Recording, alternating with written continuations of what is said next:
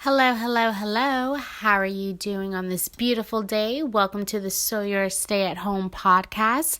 My name is Kayla, and I am a mama to an amazing 5-year-old boy who takes up the majority of my time. I never thought this would be my life, so let's get into it. I hope your day is going great so far. So it's funny. I was going to talk my next topic, podcast, whatever the heck this thing is, was going to be about Etsy and like what I'm doing on Etsy and my plans for Etsy and all that fun stuff, right? And then a couple days ago, Etsy rolled out a new policy. I don't know when it starts, if it's already started or not. I guess I'll be talking about that today, and my thoughts on it. Is Etsy still worth it in 2020? I don't know. I started Etsy in 2017. And I'm sure in like the beginning of Etsy, when it's starting out, like everything, when it starts out, as far as like platforms like that are geared towards, the, the seller. And I really do feel in my hearts of hearts that like that's kind of where Etsy is going towards. So if you haven't heard, Etsy is starting to now I don't know if you have advertisement on. Like if you don't have advertisement on, I don't think it really matters. I don't know though. I don't know. Don't quote me. But sorry, taking me a minute to get into it. So they are starting to go or charge not upfront, but like post sale through advertisement or whatever. And I don't really care. The only thing that's like, I think everyone's all gung-ho about is like it's 12%, or no, it's not 12%. It's mandatory if you make over $10,000. The 12% charge for ads, though, not for like regular Etsy sales. I do not use ads. I don't use Google ads. I don't use any of that stuff. So I don't have it turned on, so I don't even know what it looks like. I'm not turning it on because I was using ads before their last change with advertisement where they like consolidated it, and then they were like, oh, we'll just bid for you. Or instead of bidding, it was just like, here. When it was bid, when you were allowed to do the bids, I had mine down to like minimum, or the least you could have it was just like I think a penny or 2 pennies, and then I used that as a data source of what was being clicked at, like through ads, because your ads will pop up sometimes at the top of things and stuff like that. Did I get a lot of sales through ads? Well, I don't know. Did it like counter? And this was like last year, the beginning of last year. I'll just go with the beginning of last year, 2019. So then they changed it, and I was like, I'm done with it. I really won't use it anymore. And now they're changing it again, and it's again post sale. So if you make a sale, they won't charge you, or they won't charge you until you make a sale, but it's 15% of your sale. Is that a lot? I don't know. Let's think about it. If I sell something that, I'm just going to get my calculator because it's so much easier to do it that way. If I sell something that is $20 and I times that by 1.5, no, that's not right. 15%. I'm tripping. Sorry. Okay. $20 times 0.15. I feel like that's what I said, but that's not what I typed. There would be $3 of the sale. So I don't know, because I don't know if it's worth it. I don't use their advertisement. And this is, again, only for like the off-site. So like Google and other sources, I guess. I don't know how they advertise on Instagram and things like that, but I don't know if those are grouped in. Again, I skimmed over them email. I didn't really read it that like in depth. I read over it. My shop makes nowhere near the threshold of like mandatory. So I'm not really worried about it. Right now I have it turned off. I'll probably keep it turned off.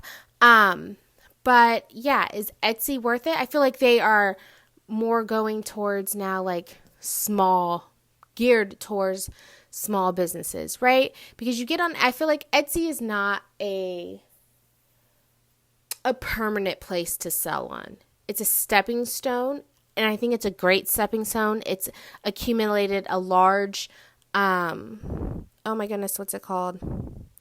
Customer base, as far as like the people that go on Etsy, amount of people who know about Etsy and stuff like that. Like, that's a big thing. That's a big network of people that you can shop on. But like when you search, I get a lot of my off Etsy like searches through Google. So like you still pop up on Google, but I think it's a great, for new people starting out, I think it's a great stepping stone.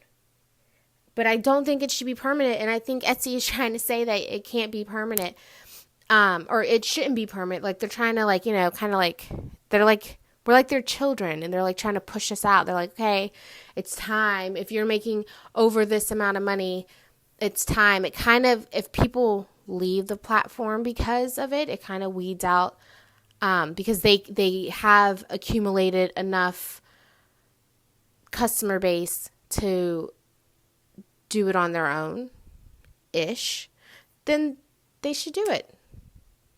I don't know. My thoughts are, I feel like my like big objective, big picture move that Etsy's playing is that they are gearing more towards like the smaller businesses by making it mandatory if you're selling over 10,000. Yeah.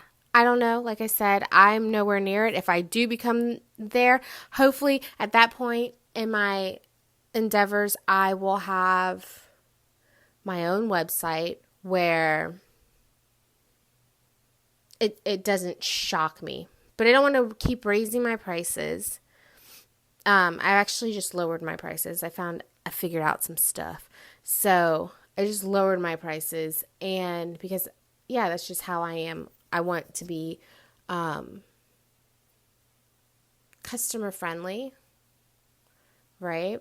Because like, and then they like, well, over the time since I've started, okay, my thoughts are all over the place. Sorry. Since I've started on Etsy, they've changed a lot. They've raised their whatchamacallits, what's it called? Not the processing fee, but the transaction fee. They've raised the transaction fee 1.5%. They included shipping into the transaction fee, which before it wasn't, which to me isn't that big of a deal. Because to charge someone 99 cents for something, and then to charge someone 99 cents for an item, and then the shipping's $20.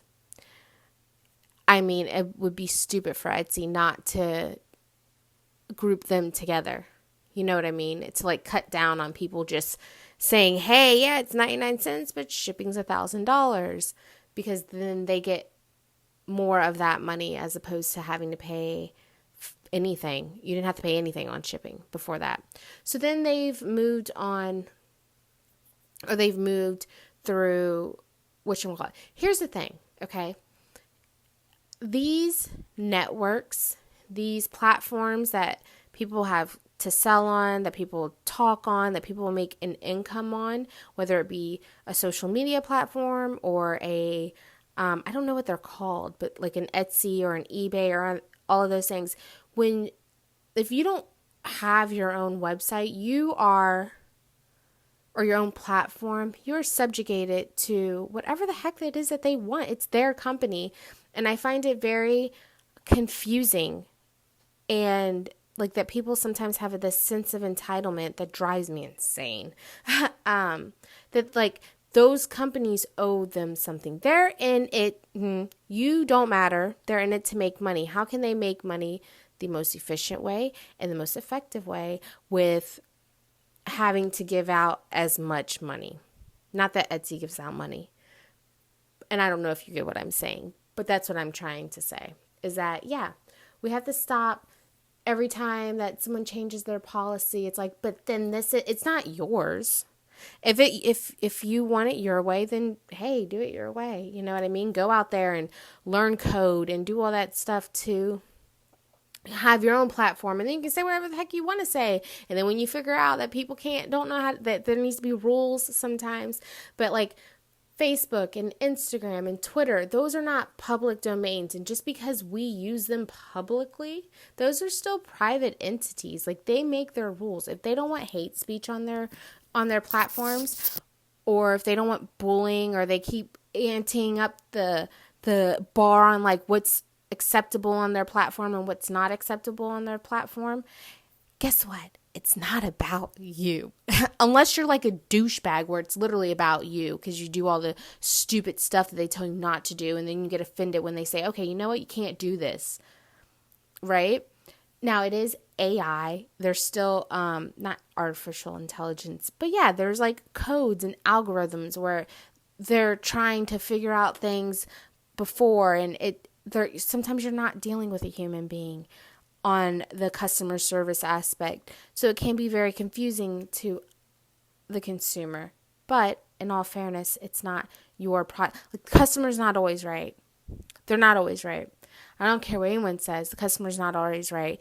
Customers should be understanding to situations, because the world is not perfect. Nothing in this world is perfect. And the person who's not the customer, the store, whatever it is, the platform, should hear their customers, because if they don't listen to their customers, they will not have those customers. But the customer is not always right. We need to get rid of that notion, because it's really giving people like this sense of entitlement that like, if it doesn't go perfectly the way that they want it, it's somehow someone else's fault. And you know what? It's just life, and things aren't perfect. Like I said, they're just not perfect. To listen to the remainder of this podcast, go to Spotify, Google Podcasts, Anchor.fm, or any of your other favorite podcast platforms. And I'm still working on Apple, but I will not quit. I will see you there.